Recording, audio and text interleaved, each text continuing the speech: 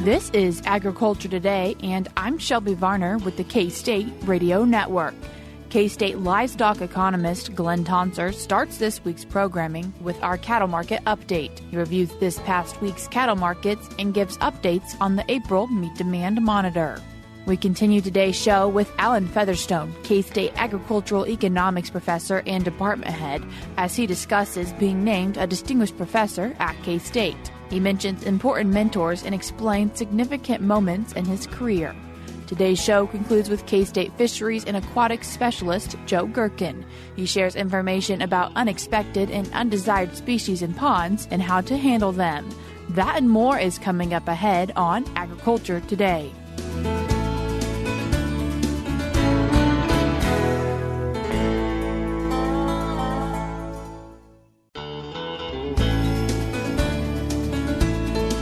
You're tuned in this Monday to Agriculture Today, and we start today's show with our cattle market update. And to do that, we're joined by K-State livestock economist Glynn Tonsor. To get started, Glynn, what has happened in this past week? Big picture, we've had a little bit of this turmoil. We had some bank closures and concerns about more closures and so forth this past week. That's important to remember because I think some of the pullback in the cattle and beef markets was tied to that. But the specific numbers I always like us walk us through is let's do the cash markets first. So the 5-area fed cattle market, USDA AMS called it on Friday at 173. Here in Kansas the day before was about 171. That's flat to a little lower depending on which comparison we make compared to the week before. When we look at feeder cattle cash market, you had AMS called the market flat to $3 lower, depending on what weight class we might quote here.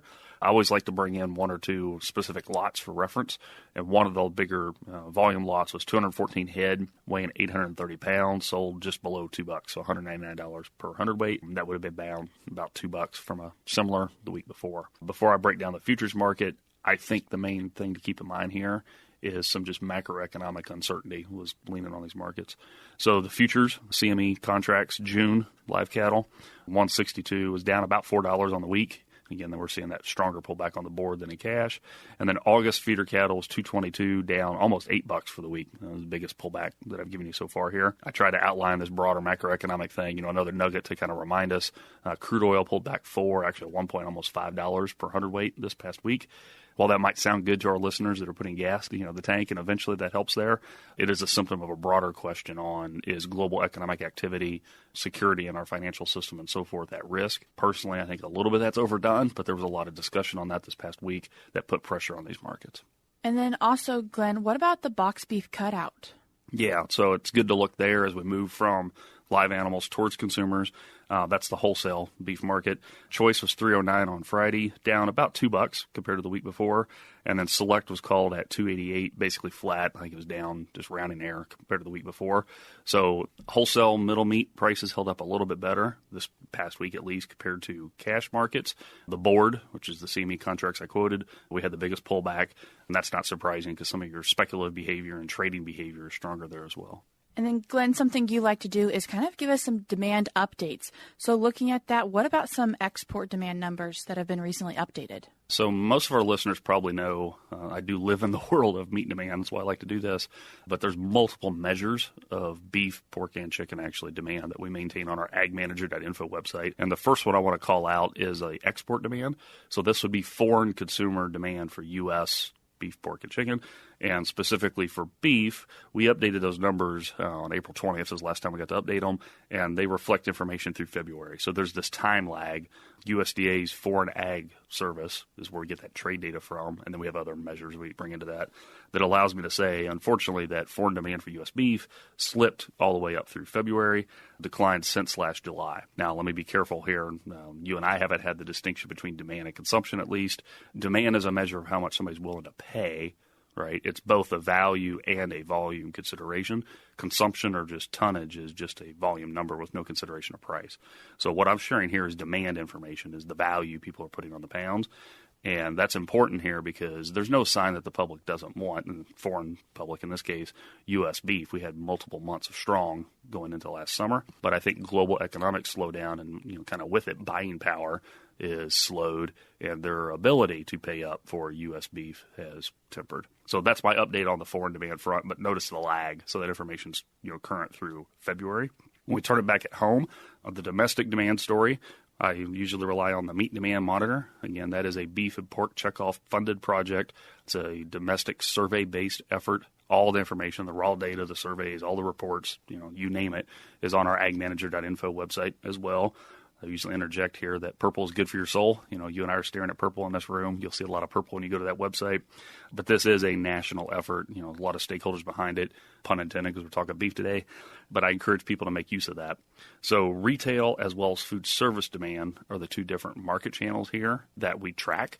And one of the reasons this project exists is to give us insights on beef, pork, and chicken demand separately by those channels. Retail demand was up for 3 of the 8 categories that we track in April compared to March.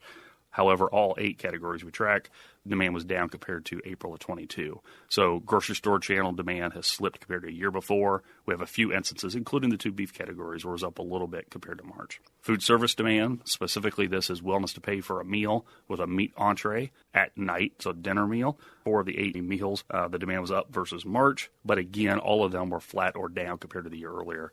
So something I've been saying for several months now, pretty much throughout 2023, is we're having some demand slippage. I think it is because consumer buying power at home is slipping relative to, their buying power is slipping, their wages aren't keeping up with the cost of living, and we're seeing that squeeze meat demand in general, beef demand specifically here this morning. So a few of the categories are up, but overall it is looking downward and slipping a bit. Correct. And hopefully as we go into grilling season, we're going to see some seasonal boost in that. These are numbers for April. My brother lives in Austin, Texas. The grills are going hard there because it's warm enough. It's getting warm enough here in Kansas, so we're going to start talking about grilling going forward. And hopefully, particularly on the retail side of things, that'll give us a boost. And you mentioned that as the cost of living is going up, their buying power is going down. Could you touch a little bit more on how that is affecting what people are buying protein-wise? Yeah, and maybe to break it down a little further, it's making them less optimistic about their household finances, which is not surprising. The backdrop would be, so I am 42. Last summer in 2022, we had unprecedented inflation during my lifetime. Several of our listeners are going to say you should have been around 2 decades earlier. You would have seen it before. But the point is the majority of our public, working age public, has recently experienced inflation they hadn't experienced before, and their wages didn't keep up with the cost of living. So not surprisingly, one of the things we pick up on is in April of 23, we had more people pessimistic, I'd say, on their household finances than we had in April of 22 and April of 21. You asked me how does that impact what they're buying. That spills directly over into their willingness to have beef and pork in their prior day meals. Specifically, about 20% in April said their finances are better than they were a year ago, which means 80% say they're either the same or worse. So more are definitely concerned than are optimistic. If you are in the optimistic bucket, so if you tell me your finances are better today than a year ago, you are much more likely to have also told me I had beef in one of my meals yesterday. And by the way, same statement holds for pork yesterday. So this is broken down. Every month we put out a 4-page standard report that summarizes a lot of the things I talk about every month. These 2 figures I just now verbally broke down are in April's report. If you follow me on Twitter, you'll see them and so forth.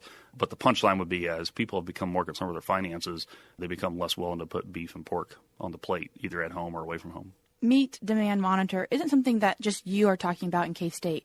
It's also being talked about at the U.S. Roundtable for Sustainable Beef and the U.S. Farm Report. Yeah, and specifically, another thing that's measured is the protein values metric in that effort, and it is used in those outlets and many other outlets. But I want to use this opportunity to clarify what that is. I was just in Boise at the Sustainability Roundtable, as you alluded to, and I shared information on this. What we ask every respondent, so again, every month, 2,000 people doing the survey, is here's a list of 12 things, taste, freshness, safety, all the way down to like environmental impact. Please tell us the 4 that are most important in your protein purchasing decisions, and tell us the 4 that are least. So literally a list of 12, drag 4 to the most important bucket, drag 4 to the least, and of course the 4 you don't pick are kind of intermediate. Well, first I want to make it clear that's a forced rank exercise. I'm not allowing somebody to tell me all 12 are critically important to me, or I don't care about all 12. I'm making you tell me what are the 4 that are driving your decision, what are the 4 you don't pay as much attention to. Some surveys do that differently, and they allow you to say everything's important, in which case I'd argue some of these things would look more important if you did it that way. Well, the punchline, the reason I bring that up is something that's been talked about a lot in the last few weeks, is pretty much every month since I started this project in February of 2020, environmental impact as one of the 12 presented protein values ranks as one of the 2 lowest Sometimes it's lower than origin and traceability, and sometimes it's not. But those two are regularly the two least important for the average U.S. resident. Now, please notice I said average. So these are scores where we have over 2,000 people every month. What's the relative frequency of most important, less frequency of least important? And if there's a lot more saying it's not important, it gets a negative score in this exercise, so it ranks at the bottom. And month after month, the typical ranking is environmental impact is not a key driver. Things like taste, freshness, safety, and price, however, are the four main drivers. The economic importance of that is twofold. One is if price is more important than other things, in this case, such as environmental impact. As an economist, I have to point out benefit-cost trade-offs are real. We got to be cautious on making things that are focused just on the environmental impact without being aware of price consequences, part of a key message I've been sharing the last couple of weeks. But the second part would be these metrics that I'm sharing right here. Every number I've given us so far is average, right, for the whole country. There are definitely what I call niche market opportunities. So a subset of the public would rank, say, environmental impact as one of the top four. But that doesn't mean the entire U.S. consumption base ranks it as a top priority. So I know I talk fast. There's a lot of information in that. But the distinction between a niche market opportunity and a key driver for the bulk of the population is really important. And then this benefit cost or kind of, recognize where price ranks compared to these other things, whether it be safety or taste or it be environmental impact or origin, is really important for broader business planning, what initiatives, different companies, undertake and so forth in the broader protein space. Glynn, thank you so much for coming in today and kind of filling in the people on what's happening on the cattle markets. I appreciate it. Thank you for having me in. That was K-State livestock economist Glynn Tonsor. If you would like to find the information that he shared today, you can go to AgManager.info, which that link will be linked in our show notes, which you can find on agtoday.net. We're cutting to a short break now, but we'll be back with more ahead on Agriculture Today.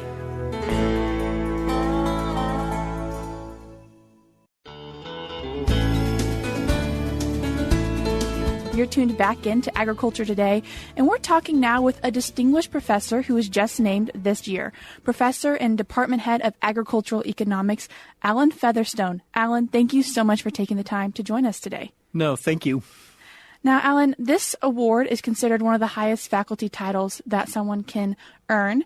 I'm honored to be sitting here with you and talking with someone who's obviously made a big impact on a lot of people in agriculture and within the Department of K-State. Would you like to touch a little bit on what some of your mentors were who helped you get to the point where you are now? Yeah, I can talk with regards to the mentors. There's a number of them. Many of them were in graduate school. One was J. Carroll Bottom. He also interacted quite a bit with Barry Flinchbaugh, but one of the things that he would always come up to a graduate student at Purdue University, he would say, "What have you done for the state of Indiana today?" And in some respects, he always pulled it back to the fact that you are working for the taxpayers of the state of Indiana. And so obviously when I came to K-State, I translated that to what am I doing for the taxpayer of the state of Kansas today. And so he was one of my mentors. My major professor at Purdue, Tim Baker, another strong mentor. One of the things he told me was that really you're getting a PhD for about 5% of your work. The other 95% of your work you don't need the PhD for. And I think he's right in terms of so much of what you do is just interacting with people, helping students, trying to help clientele solve issues that they may have. And so I don't know if the 5% is exactly right, but certainly that's close. But those were certainly a couple of mentors that I had in graduate school. Then on faculty, certainly interacting with Barry Flinchbaugh. He taught me a lot what to do and taught me some things of what not to do. And so many of the faculty members that Brian Shirley spent a lot of time interacting with him and talking to him about different things. And so just a number of mentors within the department as I was beginning my career. And Allen, you started your career here at K-State in 1986, which an amazing tenure for people who are here at K-State. So what has your experience been like these years at K-State and making Kansas a home? Yeah, I did my undergraduate work at Wisconsin River Falls, and for those that have been around a while, it used to be where the Kansas City Chiefs trained in the summer. They now train in St. Joe. But then I got my master's and PhD at Purdue University, then came to Kansas State, In some respects, I like Kansas State simply because the state economy is focused on agriculture. Agriculture is very important within the state.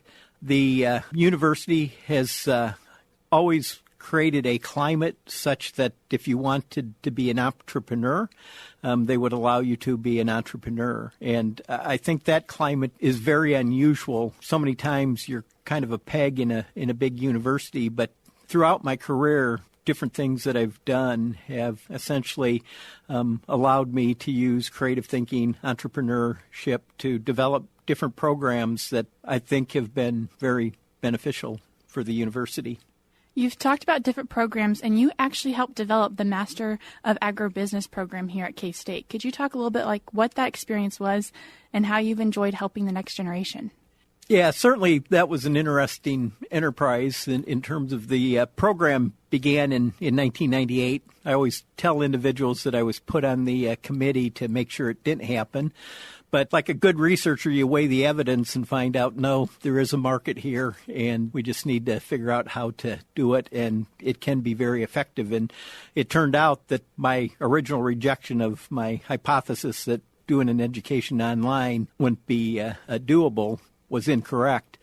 Some of the things there were it gave the opportunity to start with a blank piece of paper and basically say what the curriculum should be. So many times we tweak curriculum as opposed to just throwing everything away and starting with a blank piece of paper and saying, now this is what we need to design for the learners that are going to be in the program and what they're going to do. Back then, we were very much on the cutting edge with regards to internet education. It was something that the regents wanted. There was a regent in southwest Kansas that wanted a master's degree access for the community in southwest Kansas. One of the things that we were working on is very quickly we realized that, well, if we're going to do this, let's do it more broadly than southwest Kansas. We had a 5-year goal that would have international students in it, but that occurred in year 2. And just a lot of it was working at that point with the Internet Communications Department under Beth Unger, and basically just creating it on the fly in terms of from the time we started thinking about it to the time we had our first class was less than a year, which is breakneck speed for a university. But the key thing there was just trying to create a product for those in industry. Certainly it alludes to the multifaceted degree granting opportunities that the university provides, some for research, but this one was for practitioners that probably were not going to continue their education beyond this master's program. And so the goal was helping those individuals to be better decision makers, make better use of computer technology in that decision-making process to lead industry. And it has been very successful throughout the years. I think we're up to about 750 students that have enrolled in the program and just pretty much all over the U.S. and probably about 30 countries outside the U.S. That is a lot of work with a lot of different people, and I'm sure it's been something that's been really beneficial to not only K-State, but also just the industry of agriculture. And some other things that I think have probably been pretty beneficial to agriculture is some of the amazing work you've done with research. You've been awarded millions in research funding and helped publish over 150 peer-reviewed journals. What has been some of your favorite research, though, that you've done through the years? It's hard to pick out a favorite. My focus on research, before I became department head, I taught a PhD course in production economics, and one of the things that I would start the class is just talking about publication. And my philosophy is that you have to have a lot of tools such that you can address different problems. Within the agricultural complex, the problems that we're addressing today are different than the problems we were addressing 5, 10, 15 years ago. And so the toolkits in order to think through those and the framework to assemble the data and make sense out of it is very important. And so a couple things, certainly working on land values is one of the things that has been pretty important. Working on other agricultural finance, loan loss severity and probability default. Some of the things that I'm doing now that are pretty interesting is working on a project in a former Soviet Union country trying to increase their wheat production simply because of the geopolitical nature of what's going on over there. And so the big thing is, as an economist, just having a number of tools, a number of theories that you can rely on to help you make sense of the world that we live in. Another really cool thing that has happened in your career was your work on agricultural policy and land value was cited by the then Secretary of Agriculture, Dan Glickman, and the then President Clinton. What was that experience like to see your work on such a large scale? That was a very interesting project. I actually was substituting for an extension economist in the department, Art Barnaby, that wasn't able to do that meeting. And so he said, well, why don't you do this meeting? And so one of the things there, they were contemplating some major changes in agricultural policy, and we did some analysis, or I did some analysis looking at how that would affect land values in terms of if you would reduce government program support by this amount, what would the effect on land values did. And so I did that actually as an extension presentation in Salina. But what was interesting back then, it was the time of faxes being more useful in terms of communication. But by the time I made it back to Manhattan, the presentation had made it to D.C., and it's essentially ended up on Glickman's desk and Clinton's desk. Probably what was most interesting there was I got interviewed by the Christian Science Monitor, and the entire conversation was explaining who funded the research, and essentially it was just funded by the land grant system, and they had no idea what the land grant system was. And so I spent probably about 15 or 20 minutes of the interview explaining what the land grant system was. And again, I know this is one of President Linton's goals, is to enhance the land grant system through K-State and essentially bring K-State more in line with the people of Kansas. And there's just a lot of education there with regards to just what a land-grant university is. It's one of the things, working at K-State all the time, working in Kansas all the time, you just take it for granted, but then you interact with national media and they just have trouble understanding the concept and how it's funded and what its purpose is. And Allen, the last question for you today, what has been your favorite thing about teaching all these years? I think just seeing the success of students. For example, one of my advisees is now a representative for the state of Kansas. One of my master's advisees was Minister of Agriculture for the country of Paraguay. And so in some respects, just seeing that, you had a little bit of an impact on their lives, and now they're in a world of decision-making, and just thinking back that, yes, K-State influenced those individuals as they try to make decisions and make the world a better place. Allen, thank you so much for coming in today and talking about all the great work you've done here at K-State. Thank you. That was Professor and Department Head of Agricultural Economics, Allen Featherstone, and he was awarded one of the highest honors in the university as Distinguished Professor. Stay tuned for more on Agriculture Today.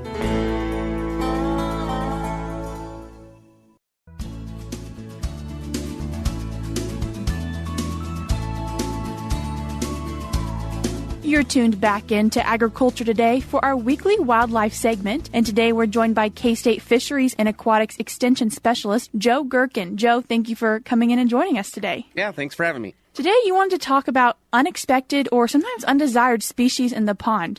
What are those species? Sure. So a lot of times landowners will find fish that they didn't stock in their ponds. There will be mussels that might be there, plants that show up unexpectedly. So I thought it was a good little topic to chat about today. Sounds like some really important ones, but if they're unexpected and they weren't put there, how did they get there? Well, there's lots of different ways they can get there, and one of the biggest ways is during high flows. Fish can flow from one area to another.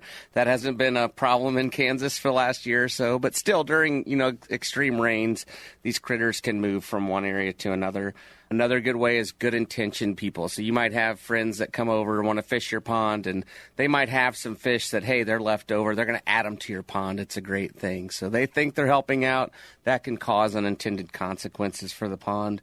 Some fish are really good at, flopping along mud. So green sudfish are really known for really little amounts of water. They can move from one habitat to another. So lots of different ways for the fish. There's also some other critters that can bring things in. So ducks, for example, can move vegetation from one wet area, one pond to another. You can have bait water. So if you had bait you were fishing with and you dump that into your pond, that can introduce things. So lots of different ways that we can add unexpected, undesired species into our ponds, and that's why we're chatting about it today.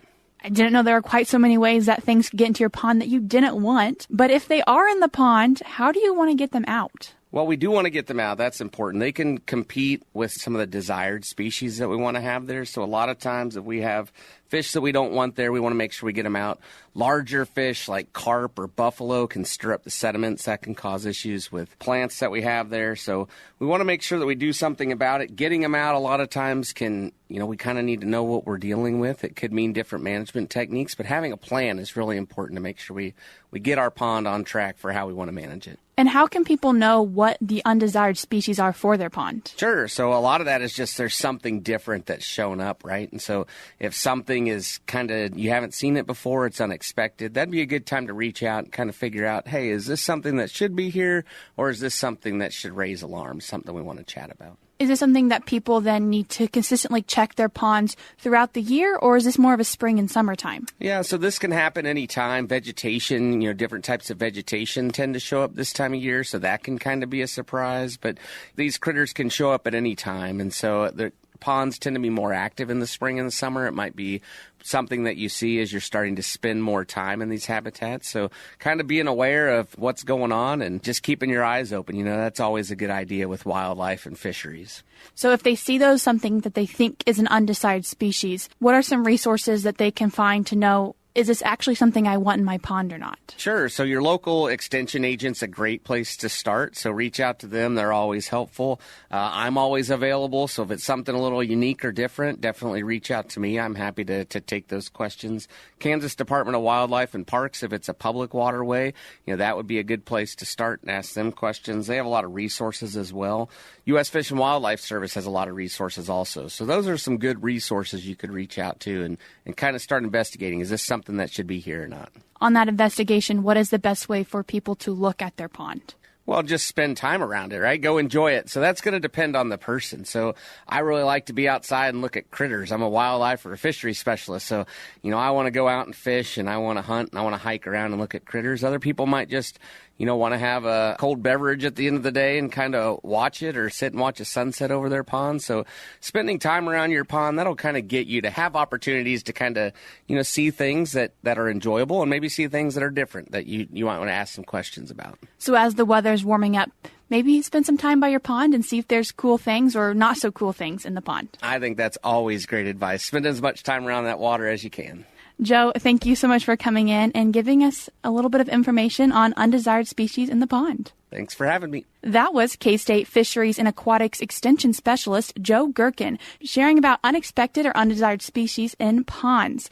If you'd like to find out more information, you can go to K-State's Wildlife and Fisheries page, which you can find in the show notes for today's show, which as always are found on agtoday.net.